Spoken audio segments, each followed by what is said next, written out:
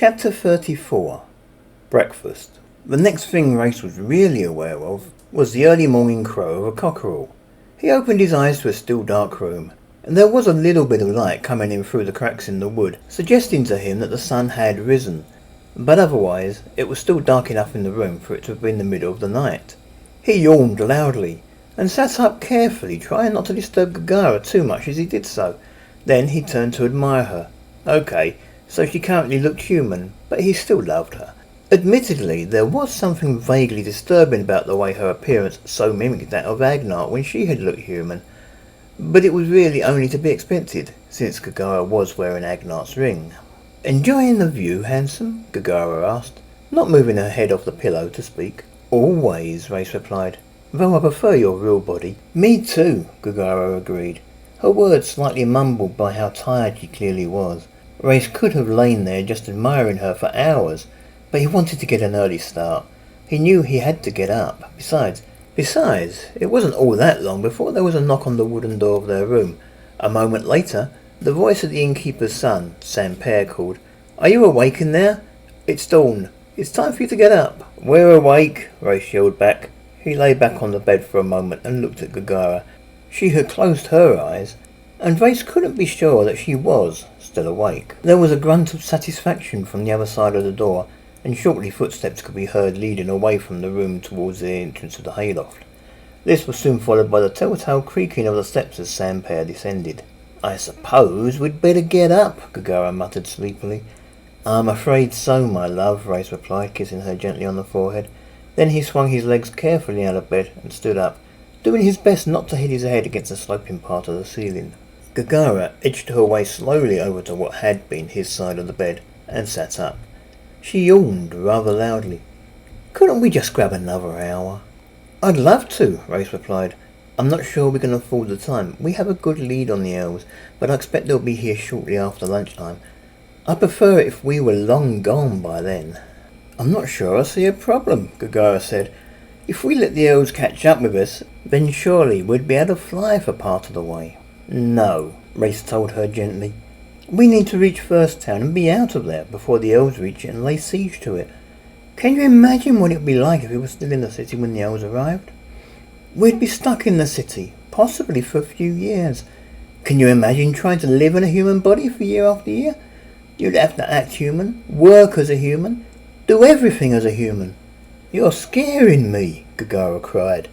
"We need to move," Reyes insisted. Gagara made no further comment on the subject. She sat up on the edge of the bed and pushed herself to her feet. "I wish we had more light." "We'll be able to see all right in a minute," Reyes said. He made his way to the door of the room, dressing himself with a thought as he did so. Then he opened the door of the room, letting a little bit of light in. "Don't dress me," Gagara said. She slipped Agnar's ring off her finger and stretched her wings to their fullest extent in much the same way she had the previous night. "Put that back on," Reyes hissed. "I need to duck into the trees for a minute. Personal business. I'll just fly down." "No," Reyes insisted. "There's a chamber pot under the bed. That's what I used." "I can't use that thing," Gagara protested. "It's not natural. I'll only be a minute." "Very well then," Reyes said, "but no flying. You walk there as a human would, in your human body. Then you walk back. We're not going to give these people anything else to pin on us." "But," Gagara started. "Gagara," Reyes insisted, and then he softly reminded her, "I am your male." "Yes, handsome," Gagara acquiesced. Her head drooped. Reyes took hold of his girlfriend, pulling her close to him. As he did so, he dressed her with another thought. Gagara seemed to be enjoying the embrace so much that she didn't seem to notice the clothing at first. Then, as she broke free of the embrace, she looked down at herself. "I have to wear this thing again?" "While we're mingling with humans," Reyes declared, "I'm afraid so. Humans don't tend to wander around naked." "Having seen what a human looks like naked," Gagara replied, "I can understand why." "I'll admit, I prefer to see you naked," Reyes commented with a smile. Gagara smirked. "I prefer it when we're both naked." She looked at herself again. "How am I going to work this? How do humans do it?" "You'll have to remove any clothing that is in the way when you get where you're going. I'm sure you'll be able to work it out." He paused. "Just one thing, sweetie." "Yes, handsome?" Gagara asked. "Make sure you find a place that is hidden from the rest of the village and from anyone who might happen to be using the road. I know that we harpies generally don't make much of a taboo about relieving ourselves in public, but humans do. Don't give anyone cause to complain about you, and most definitely do not fly." "I love you," Gagara said. "Would you come with me?" "Better not," Reyes replied. "That might also seem strange." Gagara nodded sadly. The smell of chicken was a lot stronger once they left the room. Reyes led the way to the creaky staircase and began to descend, Gagara on his tail. It was still very early in the morning. The sun hadn't been up for long, but already the village was filled with people going about their daily business. From the constant repetitive clang, there was likely a blacksmith somewhere towards the south of the village. There also seemed to be a lot of people gathered around the village well, awaiting their turn to draw their early morning water. Reyes and Gagara went their separate ways once they reached the foot of the creaky staircase. Gagara headed straight on, walking towards the nearest group in the trees, whilst Reyes followed his nose into the barroom of the inn. In the light of the day, the barroom looked much less gloomy than it had when they first entered the place last night. The candles still sat on the tables, and the oil lamps still rested on the top of the bar, but none of them were lit. There was plenty of natural light coming in through the windows. "Good morning to you," the barman said eagerly as Reyes entered the barroom. "Alone this morning? Where's your wife?" "She'll be here in a minute," Reyes replied. He found a seat at the same table as last night. She's taking care of business." "I see," the innkeeper voiced. "Well, I hope she won't be too long. Your food will be ready in a minute." Then he looked across the barroom to where his son was standing. "You'd better go up and clean their room, lad, just in case we have more customers later." "Like that has ever happened," Sampere complained. "Sampere," the innkeeper insisted. "Okay," the boy muttered resignedly. "I'm going." Reyes watched Sampere leave the barroom and then turned his attention back to the innkeeper. "Can I get you something to drink while you're waiting for breakfast?" the innkeeper asked. "Just water, please," Reyes said. He sniffed the air, enjoying the smell of the nearly cooked food. "Water for both of us. We have a long journey ahead of us." "Of course, sir," the innkeeper said. He walked behind the bar. "I really must apologise for all recommend last night, sir." "That's all right," Reyes replied. "It was hardly your fault. Besides, there was no real harm done." "Very good of you to say, sir," the innkeeper said. "But to add insult to injury like that, first he tries to rob you, and then he accuses you both of being harpies. I tell you, the man has no shame. He was only doing it because he knows I thought I saw a harpy flying overhead last night." "It's forgotten," Reyes insisted. "Please, let's change the subject." "That's very good of you to say so, sir," the innkeeper replied. "Fancy confusing you with one of those disgusting creatures." He brought the water over. "Vile creatures, harpies. I hate them. One day I'd love to have one of them in my barroom so I could show her exactly what I thought of her and her ilk." "Harpies!" the cry came from outside. "There are harpies in the village." "Sounds like you're about to get your chance," Reyes commented. As he spoke, though, he couldn't help but wonder what Gagara had done. Despite his comment to her, had she reverted to her natural form and then shown herself to the locals? The innkeeper didn't sound too impressed either. "Damn that old Rick, he just won't let it go." He hurried over to the window nearest the door, muttering all the time. "You'd think he would have had enough by now. Yes, I thought I saw a harpy. Yes, I was imagining things. Yes, He peered through the window.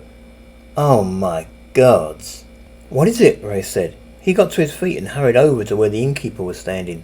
The window was dusty with dried mud that must have blown there during the last windy day, and hadn't yet been cleaned off. But most of the window was still clear enough to see through. "Harpies," the innkeeper spat the word out.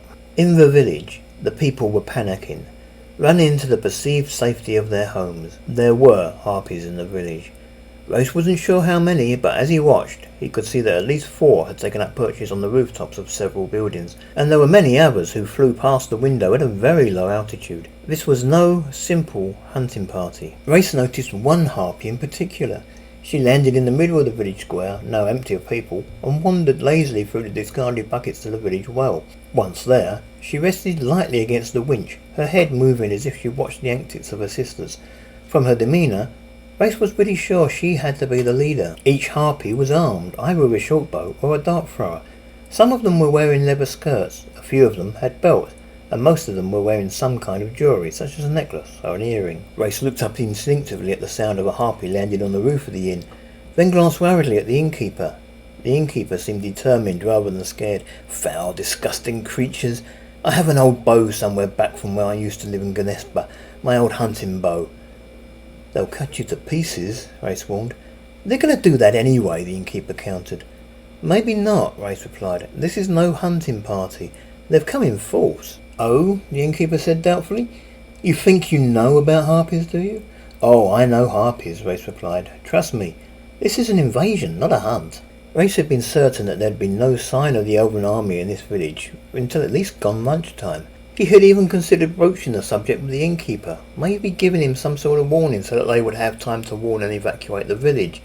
It never occurred to Reyes that the elves might send harpies ahead of the army, not just to spy out the land ahead, but also to occupy any nearby villages in preparation for the elven advance. Somewhere out there, on her own in the middle of a now occupied village, was Gagara. Reyes worried about her. He hoped she wouldn't do anything stupid, such as try to take on the defence of the village single-handed.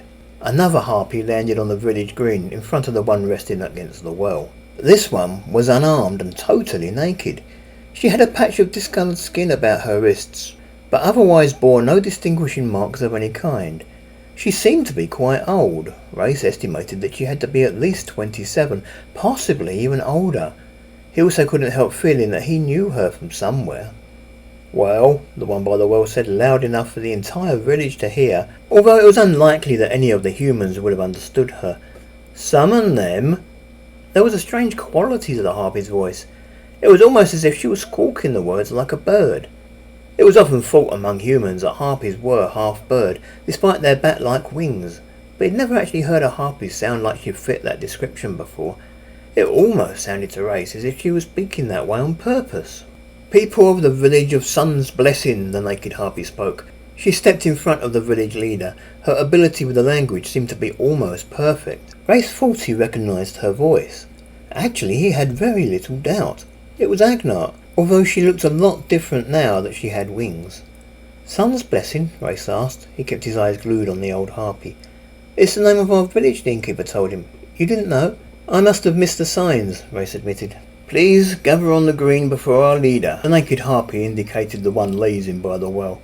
You have 2 minutes. She held up 2 fingers. We will countenance no disobedience. We will be conducting a search of your homes, and we will execute anyone left behind. Reyes shook his head. Go and fetch your wife from the kitchen. Breakfast will have to wait. We'll all step out together. You're serious, the innkeeper said. You're actually thinking of going out there? I am, Reyes replied. I'm not sure we have a lot of choice. Well, the innkeeper commented defiantly, I'm definitely going to stay here. I'm not prepared to just give in. Then you'll die, Reyes told him firmly, and probably your family with you. The innkeeper swallowed and nodded. I'll go and get my wife. It was less than a minute later when Reyes, the innkeeper, and the innkeeper's wife stepped out of the inn and made their way slowly towards the village green. That chicken will burn if it's not attended, the innkeeper's wife protested. Let it, Reyes replied. Your life is more important. By the look of it, a few of the villagers had actually tried to flee the village at the first sight of the harpies. They had been viciously struck down by the invaders. Most of the bodies were located 50 or more feet beyond the boundaries of the village. The harpies had only cut down those who they were certain had been trying to escape. Reyes couldn't help but take a worried glance towards the trees where he had last seen Gagara heading, when they had separated earlier that morning. She had been right on the outskirts of the village. It was only too possible that they had just shot her down without giving any real thought to what she was doing there. Then Reyes saw that there was a harpy perched in the branches of one of the trees near to where Gagara had been headed. She was armed with a dart thrower, but her face and part of her body were obscured by the tree's foliage. His first thought was that she was the one responsible for the death of his girlfriend, but slowly he realised that the harpy in the tree was herself, Gagara. Reyes couldn't help but smile. He would recognise that body anywhere. When he had the chance later, he was going to have to ask her where she had gotten the weapon. You seem strangely happy, the innkeeper commented gruffly. My wife is alive, Reyes declared, keeping his voice low. Really? The innkeeper looked around the gathered villagers. I don't see her. I do, Reyes replied quietly. Sam Pear was already waiting in the village square. He turned just long enough to greet his parents, and then he returned his attention to the 2 harpies in front of them. He was shivering a little with fear. Reyes stayed with the innkeeper and his wife. He couldn't help but take the occasional glance over towards Gagara. He also couldn't help but wonder what had happened to Agnar in the year or so since he had last seen her. He would have to admit that it was quite strange for him to see her again after all this time. There were a lot of people in the village square, each of them looking nervously around at the harpies and each other, trying to give Agnat and the harpy leader plenty of room. It was almost as if there was an invisible barrier that none of the humans were willing to cross. No one wanted to get too close to any of the harpies. As well as the two on the village green, there were a number of harpies perched on the rooftops and hidden in the branches of nearby trees. At a rough guess, he estimated that there were about 30 harpies. That was far too many for a hunting party, but it was also only a small fraction of the huntresses of a village. "People of Sun's blessing," Agnat declared. "Your time is up. Anyone left in the building should leave them immediately, or it will go worse for you." Actually, it had been nearly 5 minutes since Agnat had given her 2-minute warning. It was true that harpies didn't have any way to accurately gauge the time, but they had given the people of the village a lot longer than they may have intended. Despite this final warning, no one else emerged from any of the buildings. "Okay," the leader commented. "Get on with it." The harpies that were perched on the rooftops began to move. They hopped down to the ground and each of them entered the nearest buildings. They had begun their search for stragglers. Reyes fingered his hammerstone ring absently. Then he realised what he was doing and quickly checked with his thumb that the gemstones weren't showing. Reyes knew only too well from his experience with Gagara that harpies had quite a taste for beautiful objects, especially lovely stones such as the ones on his ring. He could only imagine how long he would last if he should suddenly be forced to take the ring off. His body would revert to its normal form, and he'd be alone in a human village, surrounded by hostile humans and even more hostile harpies. Agnat spoke again. She walked along the front of the gathered villagers. "This village is now under the wing of the Imperial Elven Army. We are aware that you don't want us here. Well, don't worry. In 4 or 5 hours' time we will be relieved by a contingent of Elven soldiers. These men you will come to know as your lords and masters. We will still be in the area. Our own village is currently being built not far from here. However, your village will be under Elven control, and we will only be around in a support role. First, though, we need to lay down some ground rules so that you'll know what to expect when the elves take over." "Elves?" the innkeeper said disbelievingly. "When?" 2 days ago, Reyes replied. The innkeeper looked at him and said, "You knew? And you didn't think to warn us?" "I planned to," Reyes replied defensively. "Silence!" Agnat crowed. Her eyes found Reyes's, and recognition seemed to hit her. For the merest of moments her eyes seemed to open quite wide. Then she looked away and continued to pace along the front of the crowd. "If it will help, you should consider yourselves already slaves of the Empire. In the Empire there is only one punishment for any crime. If you steal, you will be executed. If you disobey any order, you will be executed. If you try to fight back, you and your entire family will be executed, and maybe even your next door neighbours too." "Yeesh," Champere commented. Reyes saw Gagara launch herself from the branches of the tree. She flew over the heads of the crowd and landed somewhere towards the rear of the gathering. He heard gasps of consternation from others in the crowd as he landed.